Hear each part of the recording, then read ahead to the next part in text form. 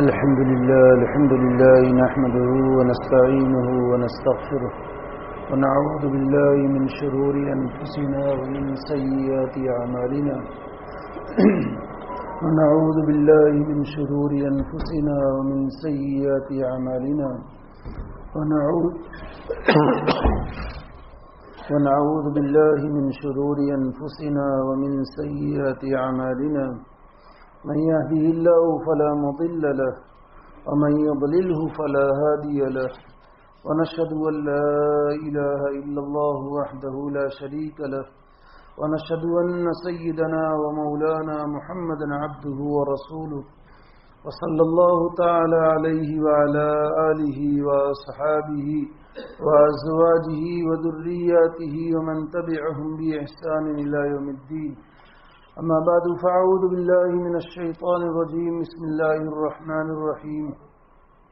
إنا أعطيناك الكوثر فصل لربك وانحر إن شانئك هو الأبتر. شروع اللہ کے نام سے جو سب پر مہربان ہے، بہت مہربان ہے. اے پیغمبر صلی اللہ علیہ وسلم، یقین جانو ہم نے تمہیں کوثر عطا کر دی ہے، لہذا تم اپنے پروردگار کی خوشنودی کے لیے نماز پڑھو اور قربانی کرو. یقین جانو تمہارا دشمن ہی وہ ہے جس کی جڑ کٹی ہوئی ہے. کوثر کے معنی بہت زیادہ بھلائی، خیر کثیر، اور اس کے کیا کیا مراد ہیں وہ ہمارے سامنے آیا ہے.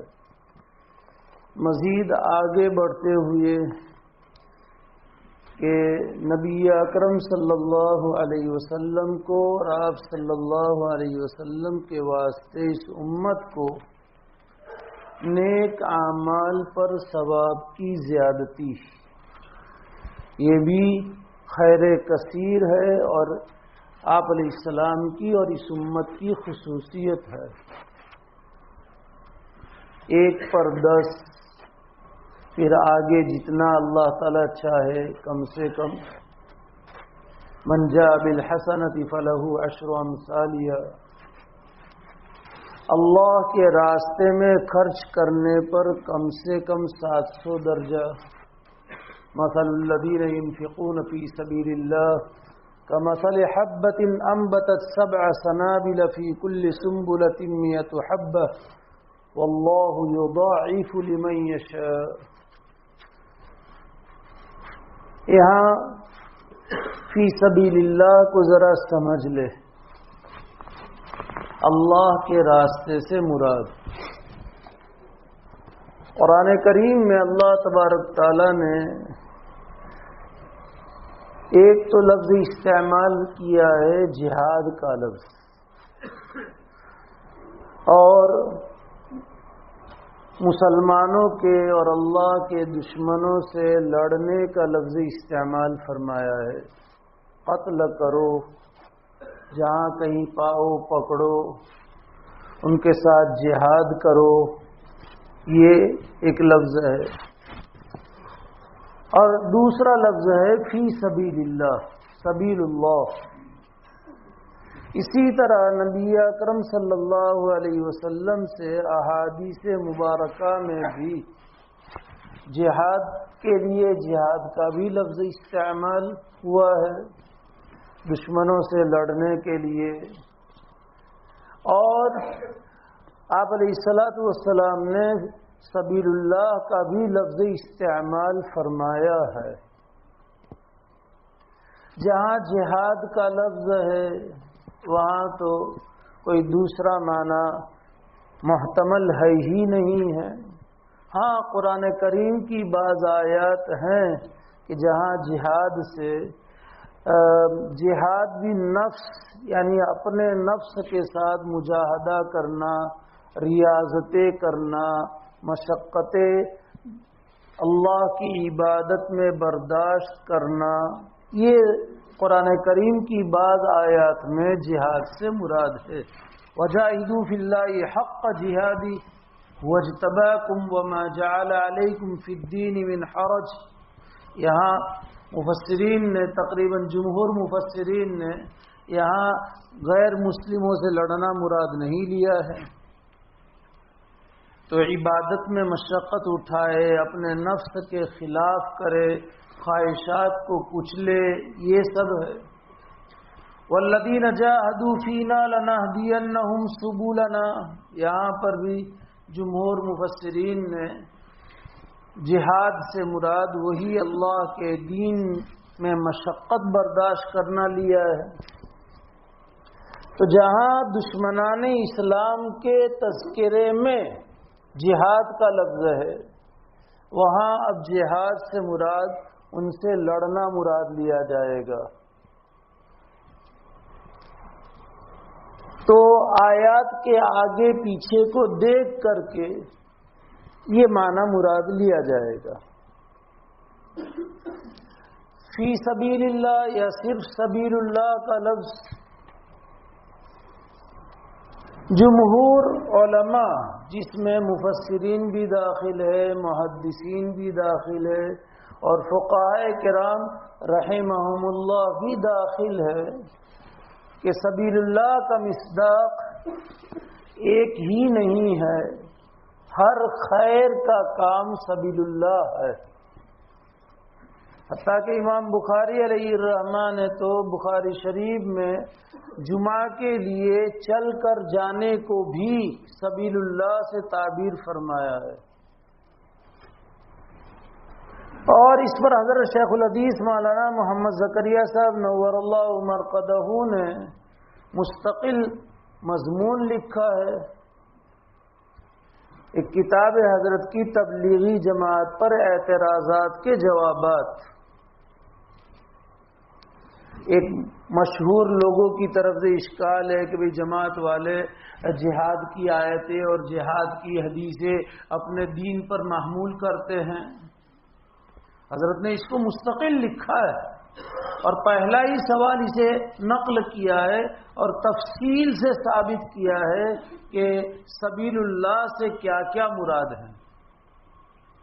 تو جماعت یہ سبیل اللہ کا مصداق ہے، کیونکہ دین کے کام میں محنت کرنا، مشقت اٹھانا، آدمی مسجد جا رہا ہے یہ سبیل اللہ ہے، اللہ کے راستے کوئی نیک کام میں خرچ کر رہا ہے، طالب علم پر خرچ کر رہا ہے یہ سبیل اللہ، طالب علم اپنے گھر سے علم کے حاصل کرنے کے نکل رہا ہے یہ بھی سبیل اللہ.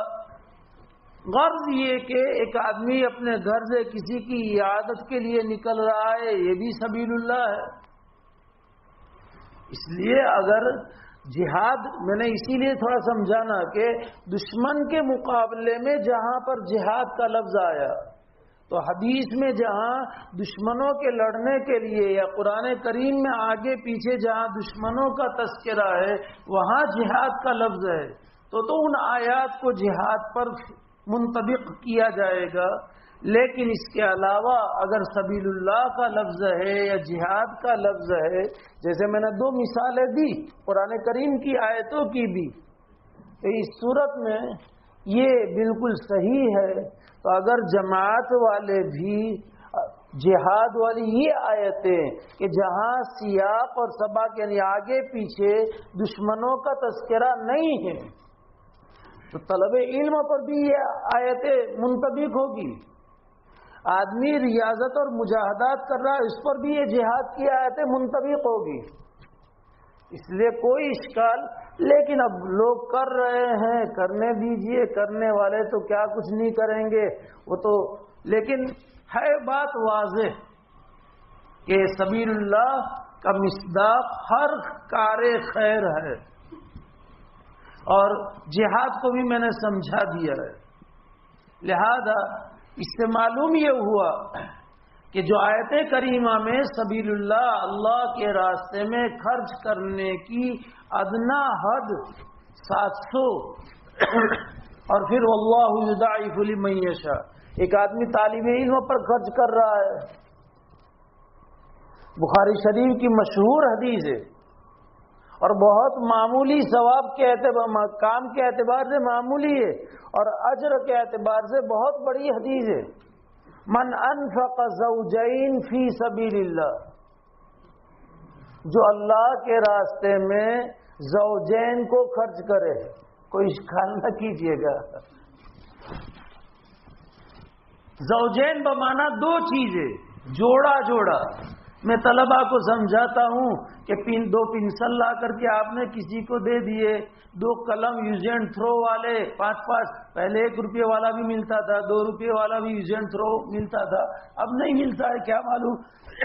مطلب کہ بالکل ایک کاپی معمولی لا کر کے دے دیجئے، ایک اریزر لا کر کے دے دیجئے، ایک صافی لا کر کے دے دیجئے، ربڑ صافی یعنی، تو اسے لا کر کے دے دیجئے اور 2 چیزیں دے دیجئے، اللہ کے راستے میں خرچ کرنے کا ثواب مل گیا۔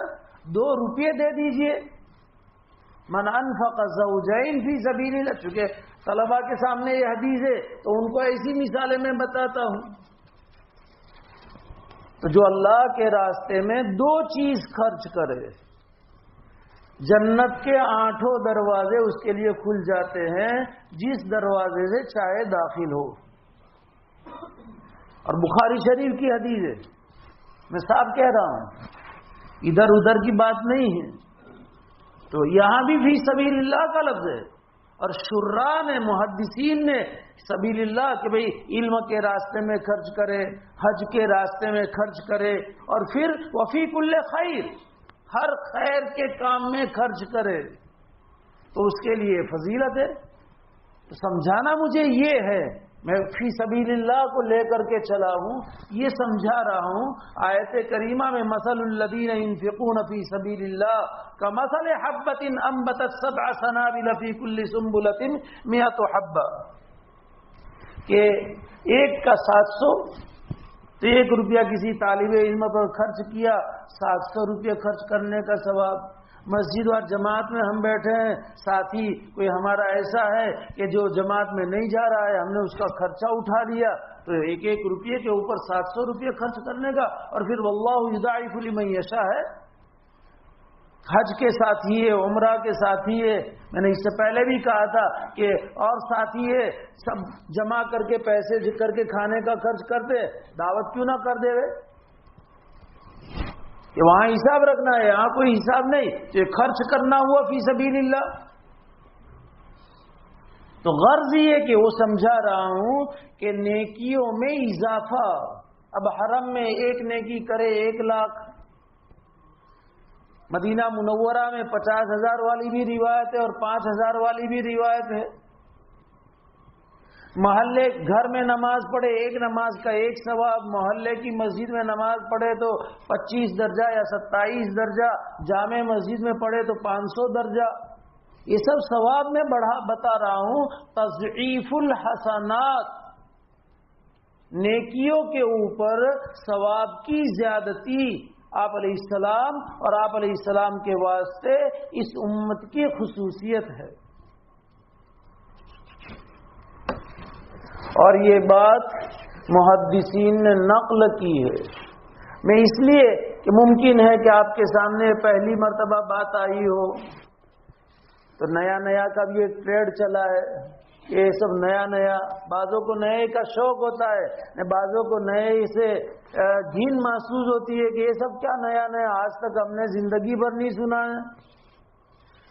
اس لیے حوالہ بھی ہے، ریاض الصالحین کی عربی شرح دلیل الفالحین ہے، اس میں علامہ قرافی علیہ الرحمہ نے اس بات کو نقل کیا ہے کہ اعمال کے اوپر نیکیوں کی بڑھوتری، تضعیف الحسنات علی الاعمال من خصائص هذه الامہ، گویا کہ اس کا سیدھا مطلب کہ حضرت آدم علیہ السلام سے لے کر سیدنا عیسیٰ علیہ السلام تک جو جتنا عمل کرے اتنی نیکی، 1 کا 1 اجر، تو ہم لوگ کتنے فائدے میں، انداز لگائیے آپ صلی اللہ علیہ وسلم کے ذریعے سے ہمیں کتنا فائدہ۔ اب یہ فائدہ ہم نہ بٹورے تو ہمارا ہی نقصان ہے، فائدہ ہم نہ بٹورے۔ طلبا کو میں کہتا ہوں کوئی خالی السلام علیکم کہہ کر کے داخل ہوتا ہے، میں کہتا ہوں لے لن بھائی مجھے دے دئیو، تمہارے پاس رکھنے کی جگہ نہ ہو تو کیوں 10 لیتے ہو، 30 لو نہ، تمہارے پاس رکھنے کی جگہ نہ ہو تو مجھے دے دئیو، پر لو تو صحیح 30۔ کتنا سستا سودا ہے نا، السلام علیکم ورحمۃ اللہ وبرکاتہ، 30 نیکیاں مل گئی۔ وَمَغْفِرَتُهُ کا اضافہ بعض حدیث میں ہے، لیکن وہ حدیث ضعیف ہے، اور فقہاء کرام رحمہم اللہ کا اس پر اتفاق ہے کہ وبرکاتہ سے آگے نہیں بڑھا جائے گا۔ اس لیے بعض لوگ وہ مغفرتہ بھی کہتے ہیں، بعض تو دماغ پھریلے ہوتے ہیں تو مستی میں چاہے کہتے ہو کہ آگے بھی لمبا چوڑا، اتنا لمبا کہ اس کے لیے گاڑی چاہیے۔ یہ سب شریعت کے ساتھ مذاق کرنا ہے، اور شریعت کوئی کھلونا نہیں ہے۔ فقہاء کرام، یہ میں اس سے پہلے بھی سمجھایا ہے کہ محدثین کی مثال انصاری کی ہے، انصاری یعنی دوا بیچنے والے، اور فقہاء کرام کی مثال طبیب کی ہے۔ فقہا کے قول کو محدثین کے قول پر ترجیح دی جائے گی۔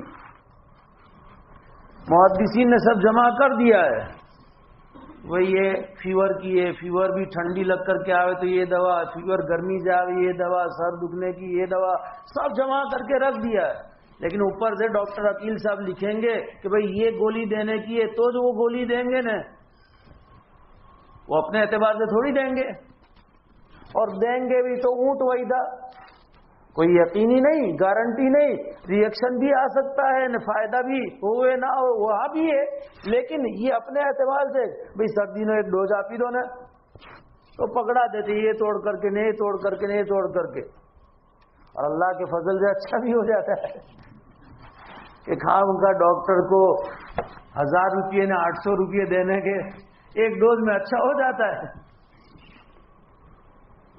معاف کرنا اگر کوئی ہو تو، لیکن مجھے سمجھانا ہے اصل میں۔ تو فقہاء کرام رحمہم اللہ نے اور برکاتہ کے اوپر کسی بھی فقیہ نے برکاتہ کے اوپر اضافے کو پسند نہیں کیا ہے، گرچہ مغفرتہ کے اضافے والی روایت ابو داؤد میں موجود ہے، سندن ضعیف ہے۔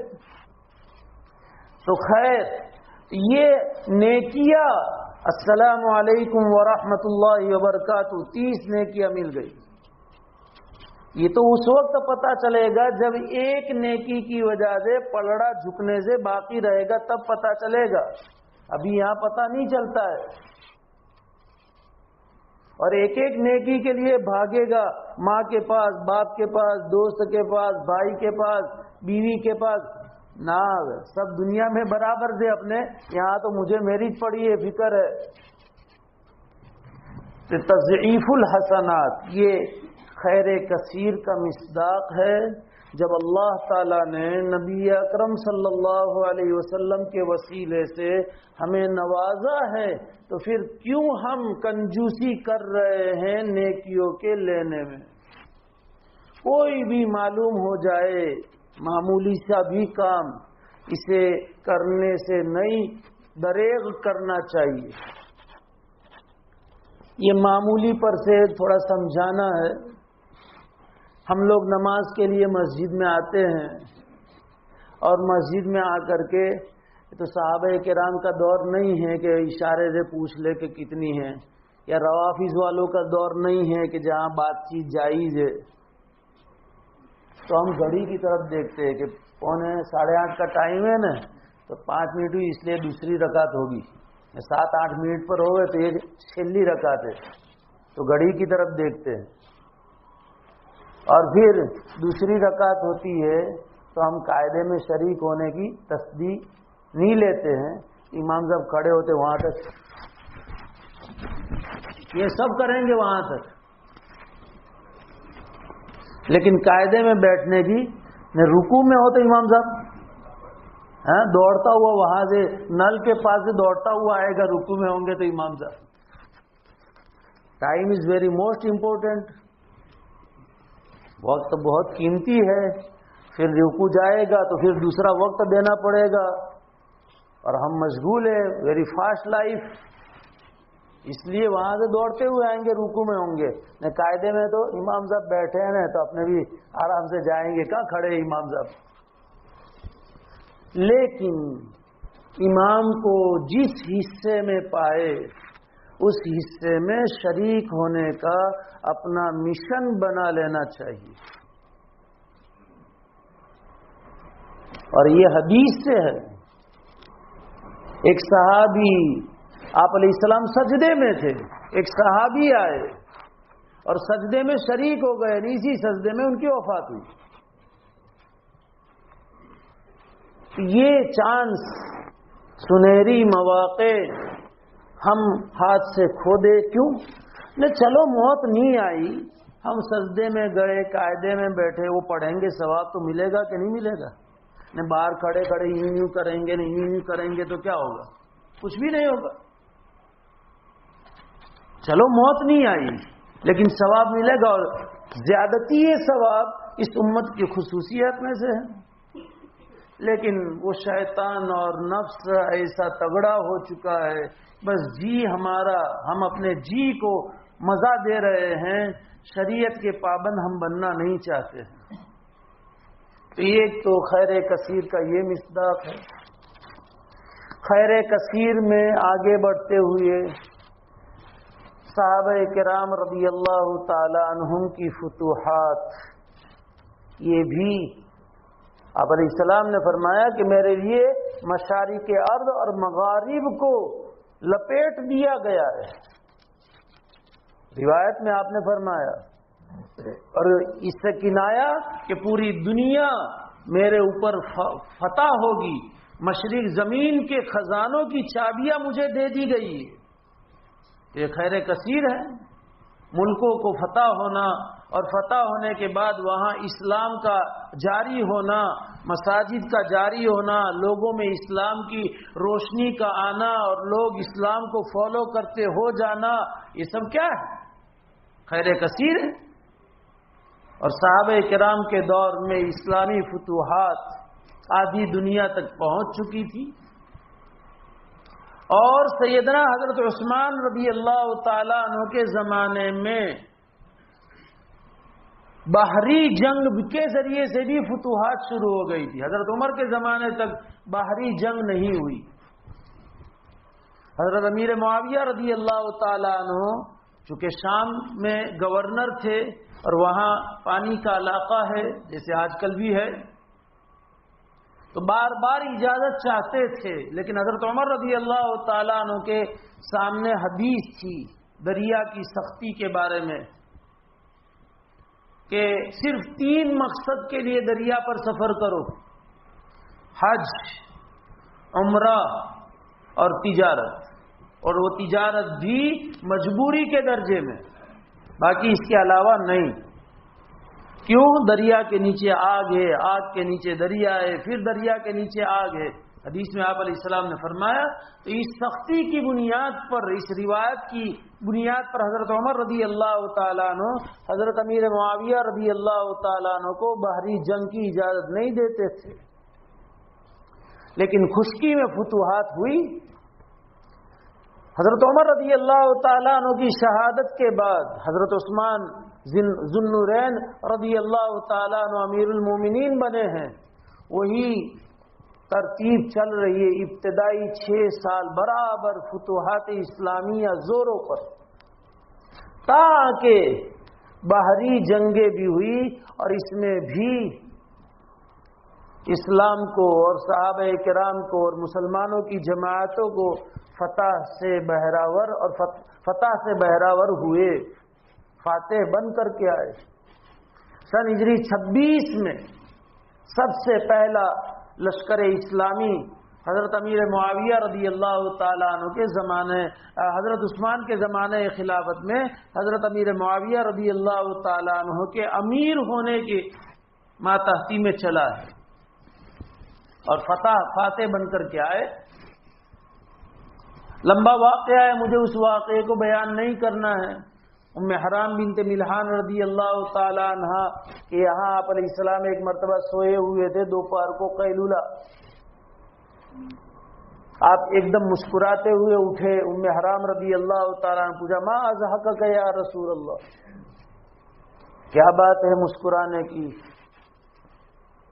آپ نے فرمایا کہ میں نے اپنی امت کو دیکھا کہ دریا پر سوار ہے، اور اس طرح دریا پر سوار ہے کہ جیسے بادشاہ لوگ شاہی تختوں پر براجمان ہے. اس کو دیکھ کر کے مجھے خوشی ہوئی. حرام رضی اللہ تعالی عنہ نے عرض کیا کہ دعا کر دیجئے میں بھی اس جماعت میں سے ہوں. آپ نے اس جماعت کے جنتی ہونے کی بشارت دی ہے.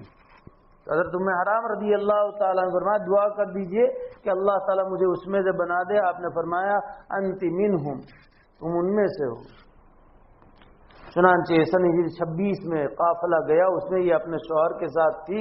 واپسی میں دریا آپ نے جو دیکھا ہو کہ بیچ میں گہرا ہوتا ہے اور کنارے پر چھدرا ہوتا ہے، یعنی کم گہرائی ہوتی ہے. اس لیے بڑے بڑے جہاز تو بیچ میں کھڑے رہتے ہیں اور وہاں سے چیزیں لانے کے لیے شپ ہوتی ہے، چھوٹی چھوٹی کشتیاں جس میں سے سامان نے انسانوں کو کنارے پر لانے کے لیے.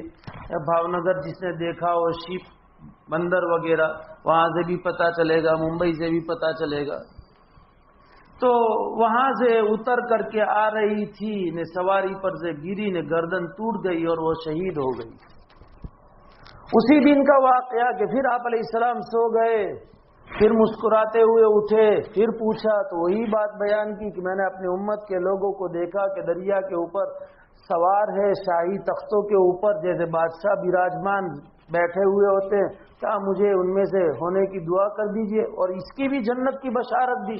مغفور لہم، کہ جماعت اللہ تعالیٰ نے ان کی بخشش کر دی ہے. کہا مجھے کر دیجئے. کہا تم پہلی جماعت میں سے ہو، دوسری جماعت میں سے نہیں. تو پہلی جماعت میں شہید ہو گئی.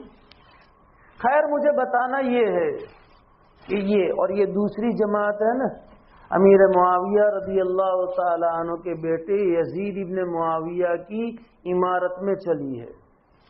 جہاں یزید کے بارے میں جو لوگ کچھ بھی کہتے ہیں، ہمارے اکابر یزید کے بارے میں بولنے سے ہم کو روکتے ہیں، ہم خاموش رہیں گے. توقف. ہمارے دیوبند کے نہج پر چلنے والے علماء کا یہ کہ ہم یزید کے بارے میں، یزید کا ظلم بھی ہے، لوگوں پر سختیاں بھی ہیں، لیکن اس روایت میں مغفور لہم کی وجہ سے ہمارے اکابر یزید کے بارے میں اپنی زبان کھولنے کو منع کر رہے. تو خیر، تو فتوحات اسلامیہ، خشکی پر بھی فتوحات، دریائی سفروں پر بھی فتوحات،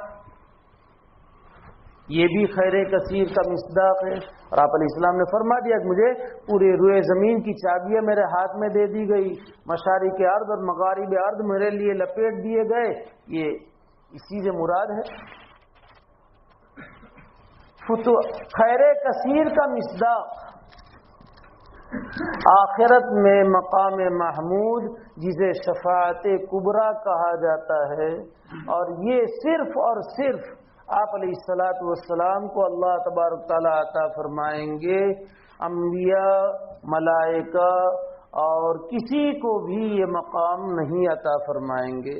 لمبی حدیث ہے اور کئی مرتبہ سنی ہوئی بھی ہوگی کہ میدان محشر میں لوگ سب کھڑے کیے جائیں گے، قسم و کرسی کا عالم ہوگا، سورج قریب ہوگا، اور لوگ اپنے اپنے گناہوں کی وجہ سے پسینے میں ڈوبے ہوئے ہوں گے. ایک لمبا زمانہ اسی حال میں گزر جائے گا، اور اللہ کا جلال شدت پر ہوگا. اس دن کی تپش کی بنیاد پر پھر اللہ کو جب منظور ہوگا کہ اب آگے کے مراحل طے ہوں، تو اہل محشر کے دل میں بات آئے گی کہ لاؤ بھائی کچھ تو حرکت میں آوے. حرکت میں آئیں گے کچھ لوگ. اس دن بھی علماء کی ضرورت پڑے گی.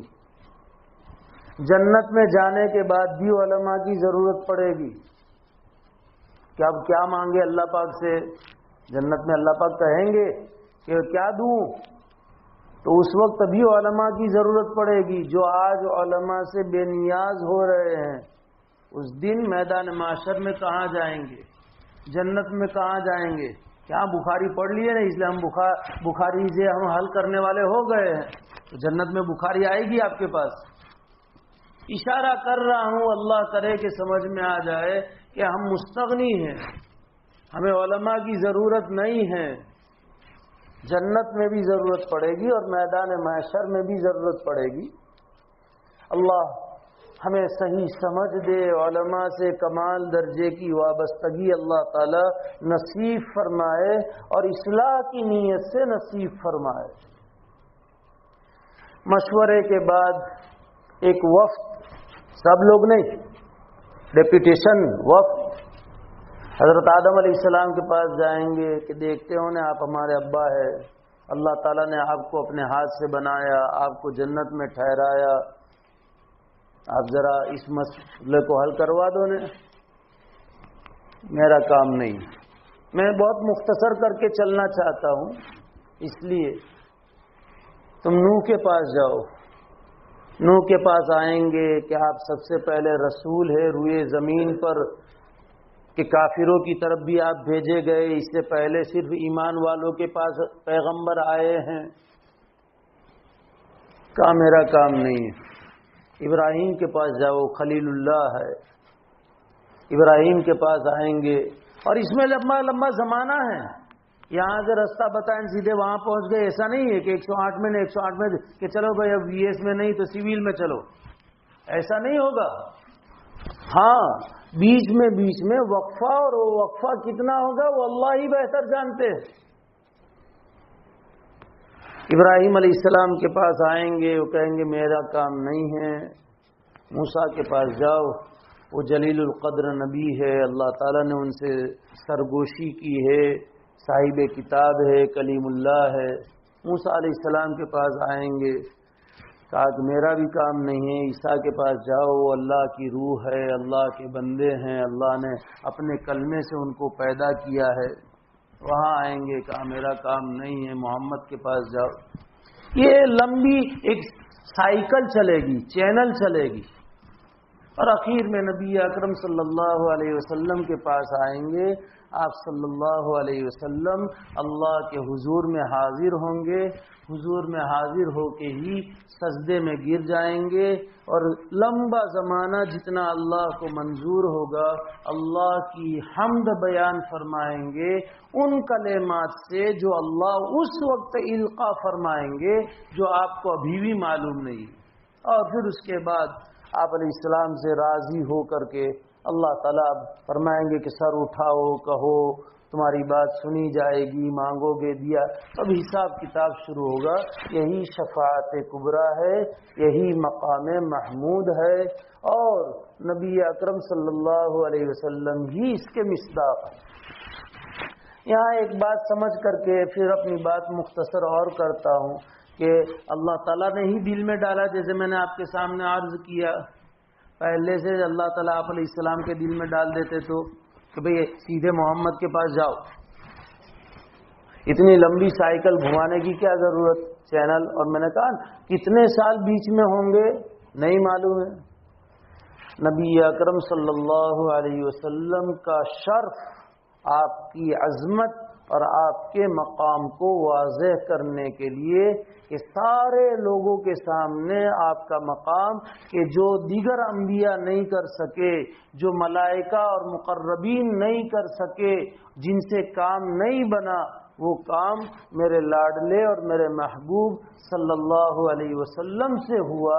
اس لیے اس کی مثال میں سمجھانے کے لیے دیتا ہوں کہ پہلے گھر کا ڈوز، بیمار پڑے تو، اور گھر میں ہوتا ہے فرسٹ ایڈ، میٹاسین ہے، ڈولو ہے، یہ ہے وہ ہے، نہ فرق پڑے تو پھر جس کا جو فیملی ڈاکٹر ہوتا ہے، کوئی اپنا فیملی ڈاکٹر BHMS کو بناتا ہے، کوئی اپنا فیملی ڈاکٹر ہومیوپیتھک والے کو بناتا ہے، کوئی آیورویدک والے کو بناتا ہے، اور کوئی اپنا فیملی MBBS کو بناتا ہے، اپنے فیملی ڈاکٹر کے پاس جاتا ہے۔ پھر وہاں سے بھی فائدہ نہ ہوا تو اب وہ فیملی ڈاکٹر કે રિપોર્ટ કરવા લો, 2 દિવસ સુધી દવા આપીએ છે, જોઈએ સારું થાય તો ઠીક, નહીં તો પછી રિપોર્ટ કરાવીને જોઈ લઈશું. پھر وہی فیملی ڈاکٹر رپورٹ کروائیں گے. پھر رپورٹ کچھ دکھتا ملتا نہیں ہے. سمجھ میں آیا؟ چلو ایم ڈی کو اب دکھا دو. سمجھ میں آیا؟ اب پھر وہاں جا کر تو پہلے سے ایم ڈی کے پاس گئے تو فیملی ڈاکٹر یہ تو میں بھی کرتا, میں بھی دوا دیتا تو ہو جاتا.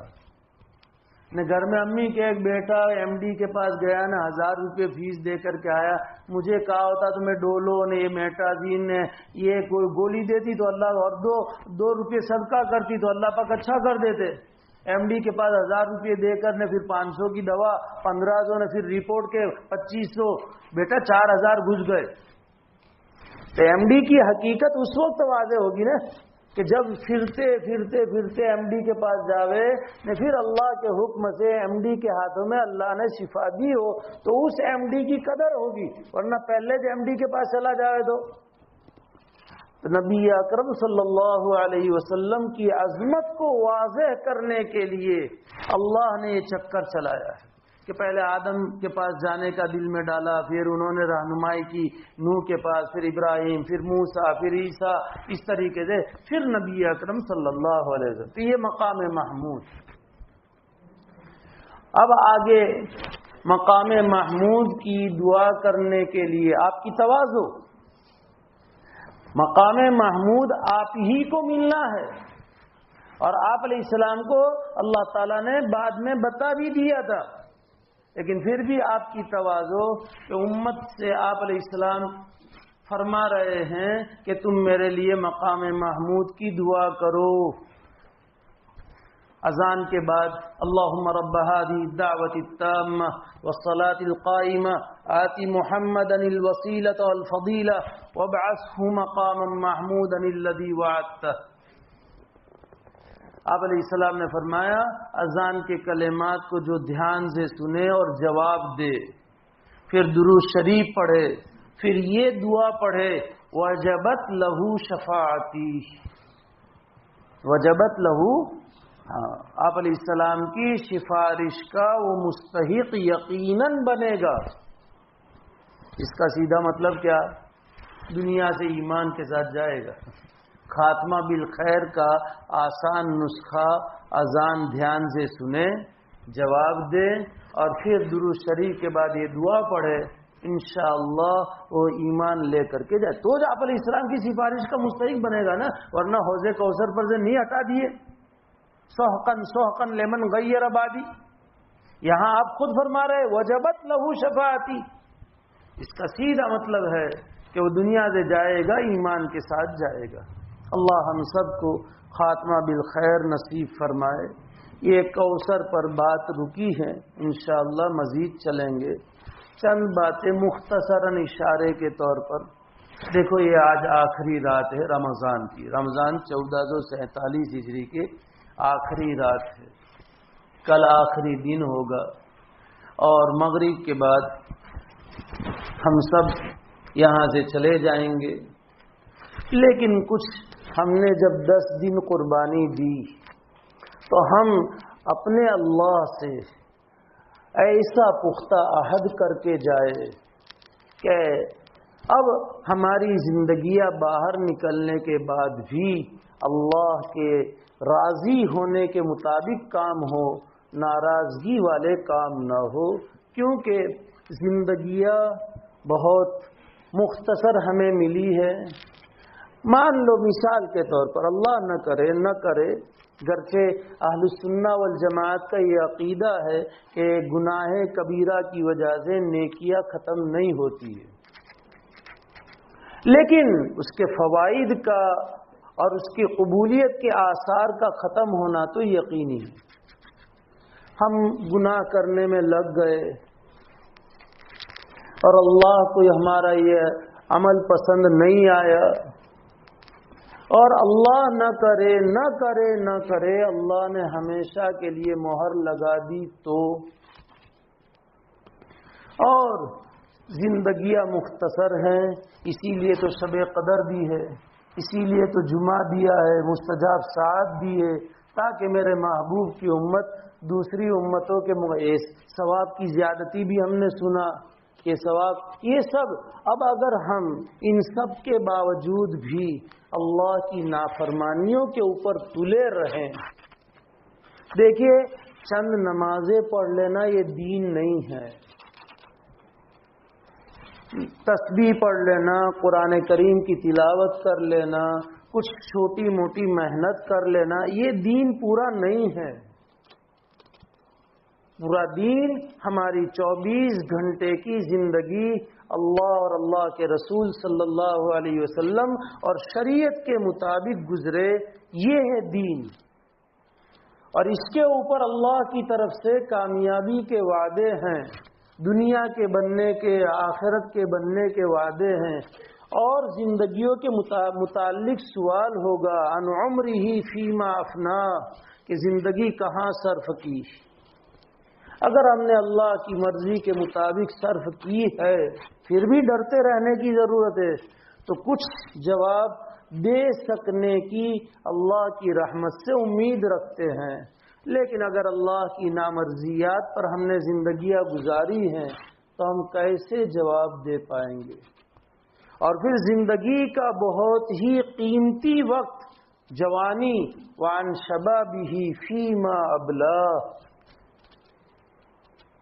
اس لیے تھوڑا سا حاجرات ہے اللہ کے سامنے ہم پڑ جاوے۔ کل جمعہ کا دن ہے، مستجاب ساعتیں ہیں عصر سے لے کر کے مغرب کی، ان کو ہم ایسا وصول کریں کہ یہاں سے نکلنے کے بعد کی جو ہماری زندگی ہے، یہ تو 1 مہینہ، اب 11 مہینے سے ہمیں ٹکر لینی ہے، اور اللہ نے اپنے فضل سے 1 مہینے میں ہماری یہ مدد کی کہ شیاطین کو یا سرکش کو بند کر کے رکھا، تو اللہ نے اپنے فضل سے ہمیں یہ کروایا۔ اب 11 مہینے تو سب ان کو کھلی چھوٹ ہے، اس نے تو قسم کھا لی ہے لَأُغْوِيَنَّهُمْ، سب کو گمراہ کر کے رکھوں گا۔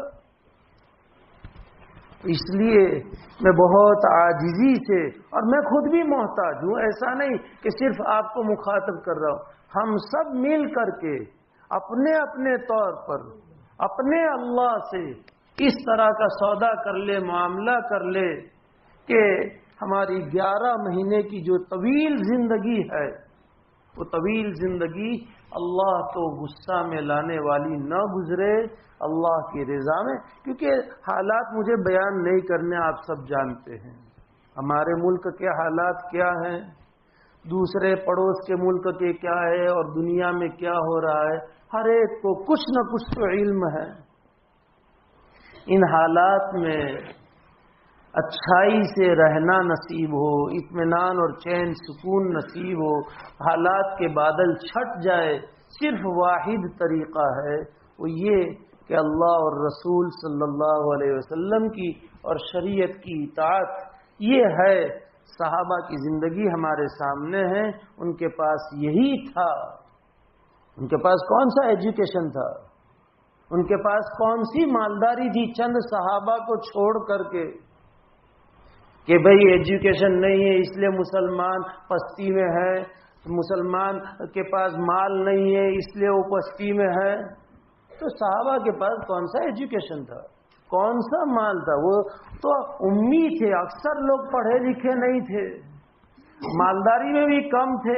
ہم سنتے ہیں ان کے فقر کے، ان کی تنگی کے حالات سنتے ہیں، تو ہم ان کے بہکاوے میں نہ آئے کہ بھئی ایجوکیشن نہیں ہے۔ میں ایجوکیشن کا انکار نہیں کر رہا ہوں، لیکن سمجھا رہا ہوں کہ مال نہیں ہے، لیکن ہم اللہ کی اطاعت، دیکھیے مال آئے گا، سمجھداری آئے گی، تقوی کی بنیاد پر اللہ نے فہم دینے کا وعدہ فرمایا ہے، علم کے مطابق عمل کرنے پر اللہ کی طرف سے علم لدنی کا وعدہ ہے۔ تو ہم تھوڑا فکر لیں، تھوڑا غور کریں، اپنا فائدہ، اور صرف ہم نہیں ہے، صرف ہم نہیں ہیں کہ چلو جیسے بھی بیٹھ لیں گے، نہیں، پیچھے ہیں رونے والے ہمارے، بیوی ہے، بچے ہیں، والدین ہیں، اڑوس پڑوس کے ہیں، رشتے، ان سب کے بھی، کہ اپنے آپ کو بھی جہنم سے بچاؤ اور اہل کو بھی جہنم سے بچاؤ۔ یہ سب ذمہ داریاں ہیں، تھوڑا فکر لے، تھوڑا اللہ سے مانگ لے کہ اللہ اب ہمارے حالات تو ہی بدل دے، اور تھوڑی سی ہم فکر، انابت اللہ کی طرف پیش کریں گے، وہ اللہ بدلنے کے لیے تیار ہے۔ ہم نہ چاہے اور اللہ بدل دے، أَفَنُلْزِمُكُمُوهَا وَأَنْتُمْ لَهَا كَارِهُونَ، کہ تم تو دور بھاگو نہ، ہم تم کو اپنے راستے پر لے جائے۔ اس لیے کہ تھوڑی انابت، تھوڑی توجہ، تھوڑی تڑپ، تھوڑا دل کا ہمارا جذبہ اللہ کے سامنے کہ اللہ میں بچنا چاہتا ہوں، میں خود نہیں بچ سکتا جب تک کہ تو نہ بچا، میری جوانی ہے، میری ادھیڑ عمر ہے، میرے بالوں کی سفیدی اب تیرے پاس آنے کا وقت ہے، اے اللہ پھر کب میں کروں گا؟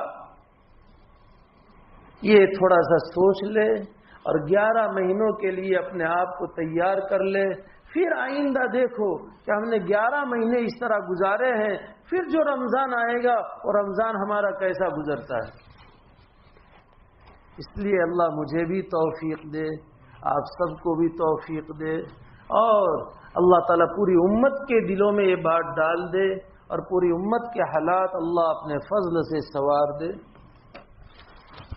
بسم الله الرحمن الرحيم اللهم أنت السلام ومنك السلام تبارك يا ذا الجلال والإكرام اللهم صل على سيدنا ومولانا محمد وبارك وسلم سبحان الله وبحمده سبحانك اللهم وبحمدك نشهد أن لا إله إلا أنت نستغفرك ونتوب إليك نستغفر الله الذي لا إله إلا هو الحي القيوم ونتوب إليه نستغفر الله الذي لا إله إلا هو الحي القيوم ونتوب إليه نستغفر الله الذي لا إله إلا هو الحي القيوم ونتوب إليه ربنا ظلمنا أنفسنا وإن لم تغفر لنا وترحمنا لنكونن من الخاسرين اللهم إني ظلمت نفسي ظلما كثيرا ولا يغفر الذنوب إلا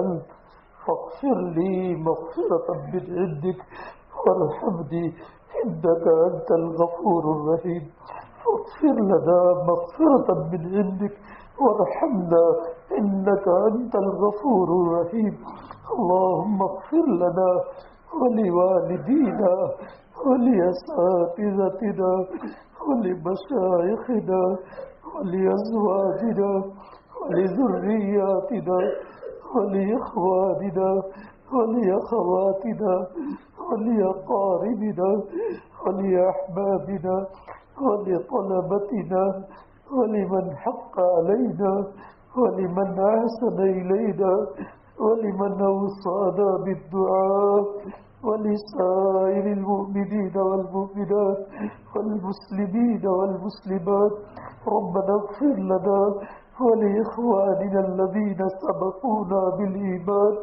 ولا تجعل في قلوبنا غلا للذين آمنوا ربنا إنك رؤوف رحيم ربنا إننا سمعنا مناديا ينادي للإيمان أن آمنوا بربكم فآمنا ربنا فاغفر لنا ذنوبنا وكفر عنا سيئاتنا وتوفنا مع الأبرار ربنا اغفر لنا ربنا اغفر وارحم وأنت خير الراحمين رب اغفر وارحم وأنت خير الراحمين رب اغفر وارحم وأنت خير الغافرين يا واسع المغفرة يا واسع المغفرة يا واسع المغفرة اللهم إنا نسألك برحمتك التي وسعت كل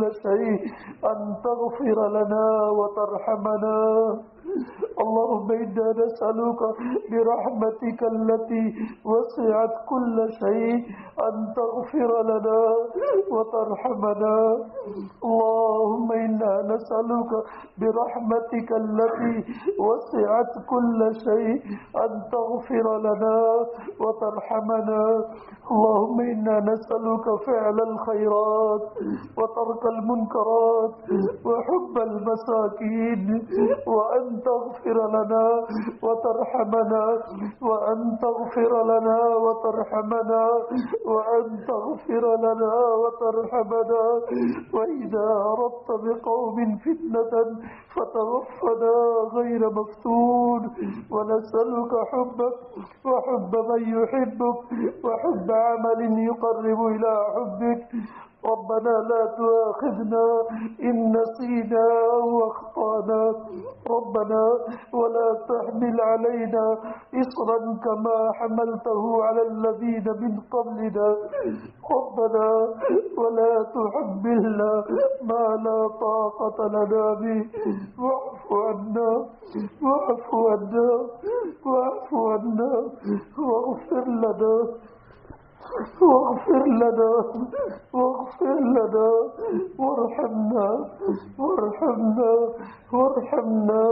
أنت مولانا فانصرنا على القوم الكافرين. أنت مولانا فانصرنا على القوم الكافرين.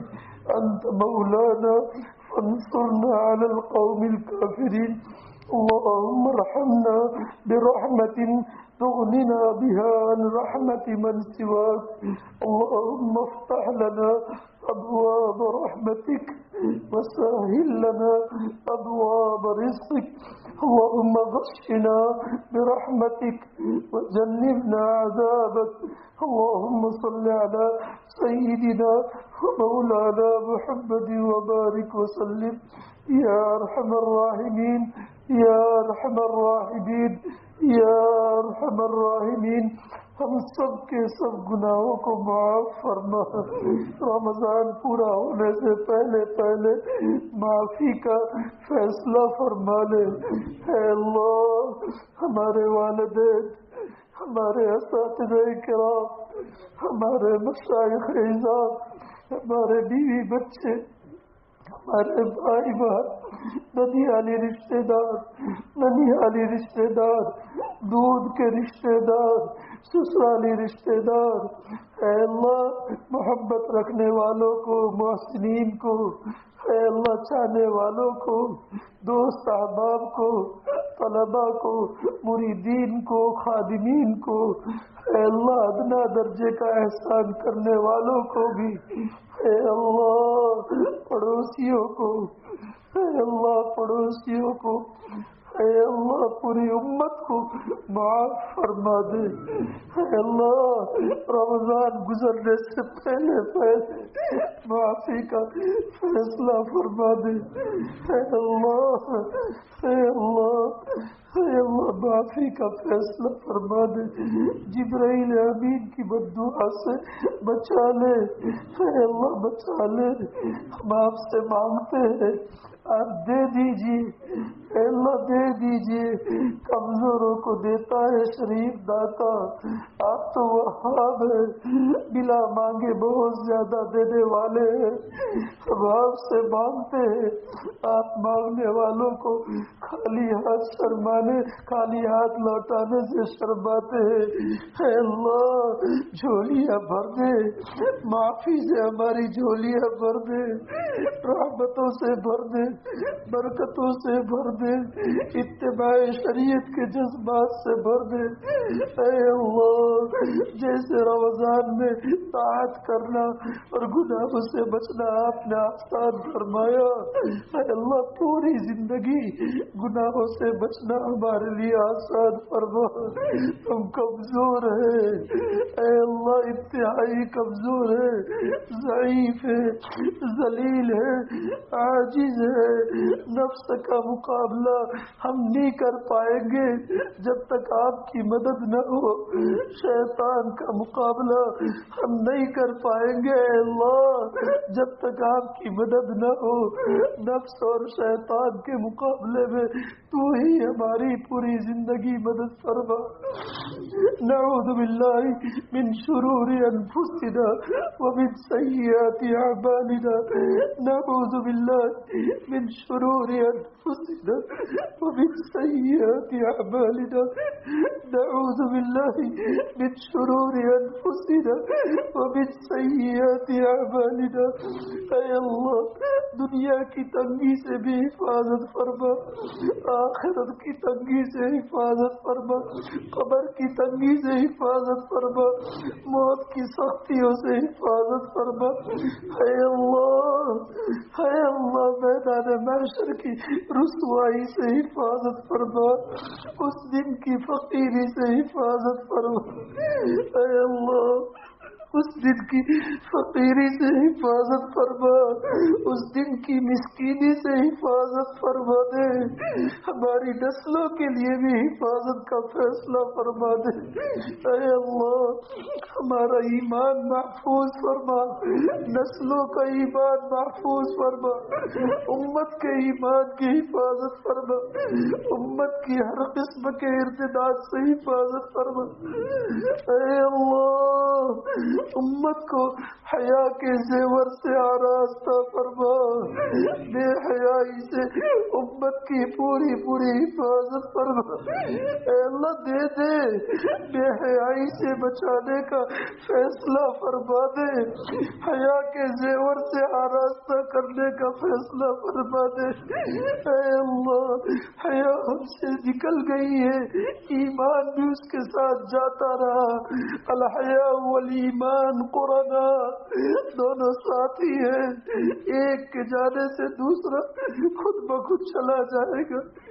اے اللہ دشمن نے امت کو بے حیا کر کے رکھ دیا ہے، امت دشمن کی باتوں میں جا رہی ہے۔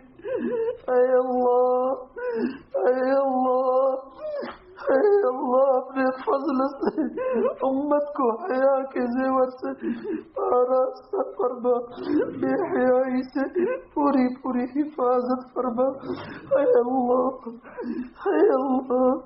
جہنم سے خلاصی مقدر فرما، ہماری نسلوں کے لیے بھی، اے اللہ ہمارے سارے متعلقین کے لیے، پڑوسیوں کے لیے، پوری امت کے لیے، اے اللہ جہنم سے خلاصی کا فیصلہ فرما دے۔ آپ کو کوئی پوچھنے والا نہیں ہے اللہ، آپ جو چاہے کر سکتے، ہم آپ سے مانگ رہے ہیں، بھیک مانگ رہے ہیں۔ بھکاری کو قریب لوگ ناکام نہیں لوٹاتے ہیں، اس کی امیدوں سے بھی زیادہ شریف تو دیا کرتا ہے۔ اے اللہ جہنم سے خلاصی دے دے، مغفرت دے دے، رحمت دے دے، رحمت برکتیں دے دے، حیات طیبہ دے دے۔ اے اللہ راضی ہو جا، راضی ہو جا، راضی ہو جا، ناراض مت ہو۔ اے اللہ ناراض ہے تو ناراضی ختم فرما دے، رضا والے اعمال نصیب فرما دے، ناراضگی والے اعمال سے اے اللہ پوری حفاظت فرما۔ اے اللہ انعام کی رات میں ہم گناہوں کی طرف نہ جائیں، اے اللہ اس میں ہماری مدد فرما، پوری امت کی مدد فرما، تیری طرف سے انعام، اور امت گناہوں کی طرف کہاں انعام ملے گا۔ اے اللہ امت کو صحیح سمجھ عطا فرما، اے اللہ حق کو واضح فرما، حق کی اتباع نصیب فرما، باطل کو واضح فرما، باطل سے بچنا نصیب نصیب فرما، اے اللہ اس پورے مجمع کو قبول فرما، مجمع کے دلوں کے نیک ارادوں کو پورا فرما، اے اللہ مجمع کو دنیا میں حسنہ عطا فرما، آخرت میں حسنہ عطا فرما، مجمع کی قیامت تک کی نسلوں کو قبول فرما، اے اللہ اس مسجد میں جن حضرات کا جس طرح کا بھی تعاون ہے سب کے تعاون کو بے انتہا قبول فرما، خدمات کو قبول فرما، اے اللہ قبول فرما، ان کے ایمان میں، اسلام اور اخلاق اور اعمال میں، علم میں، عمل میں، دین میں، دنیا میں، ان کی ذات میں، اہل و عیال میں، ان کے مال میں، اے اللہ ہر چیز میں بے انتہا برکتیں نصیب فرما، اے اللہ سب کو قبول فرما، اے اللہ سب کو قبول فرما، سب کو قبول فرما، ظالمین کی سخت پکڑ فرما، مظلومین کی مدد فرما، اے اللہ عالم اسلام کے اوپر جو آگ برس رہی ہے اپنی رحمتوں کی بارش سے اسے بجھا دے، پڑوس میں جو آگ سلگی ہوئی ہے اے اللہ صلح فرما دے، صلح فرما دے، صلح فرما دے، جوڑ پیدا فرما دے، اس ملک کے مسلمانوں کے ایمان کی، اسلام کی، اخلاق کی، اعمال کی، شاعر اسلام کی، مذہبی حقوق کی، شہری حقوق کی، اے اللہ جان مال عزت عفت عصمت کی پوری پوری حفاظت فرما، دشمن کو مغلوب فرما، دشمن کی اکثریت اقلیت در اقلیت میں تبدیل فرما دے، اے اللہ ہم آپ سے مانگ رہے ہیں، آپ کا وعدہ ہے اور ہمیں یقین ہے آپ وعدہ پورا فرمائیں گے، اے اللہ اقلیت در اقلیت میں انہیں تبدیل فرما دے، اے اللہ ہم سب کی قیامت تک کی نسلوں کو اپنے اپنے وقت مقررہ پر مدینہ منورہ میں شہادت کی موت نصیب فرما، جنت البقیع کی تدفین نصیب فرما، اے اللہ نبی اکرم صلی اللہ علیہ وسلم نے جن خیر کو مانگا وہ سب ہم سب کے سب متعلقین کو، ہماری قیامت تک کی نسلوں کو اور عالم کے مسلمانوں کو نصیب فرما، اے اللہ نبی اکرم صلی اللہ علیہ وسلم نے